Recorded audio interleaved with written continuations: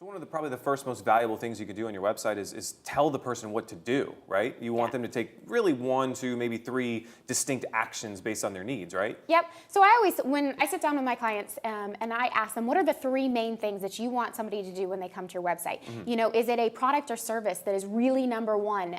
You know, that doesn't necessarily mean the most expensive product or service, by the way. It may be just a very low barrier to entry product, but you know, if you get somebody on that, you have an automated sequence after that to be able to get them to that consulting package.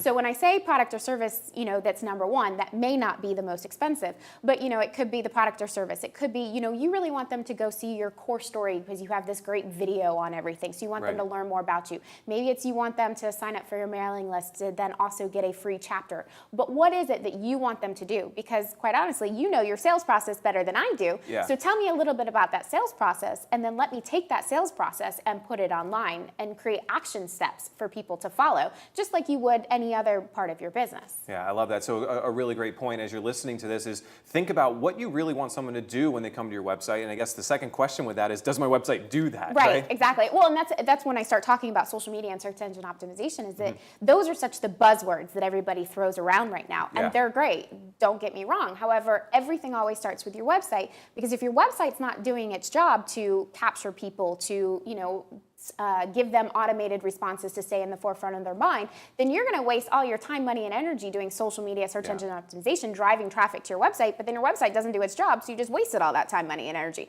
So it's always got to start with your website to make sure it does what you want it to do, and then spend money doing the other stuff.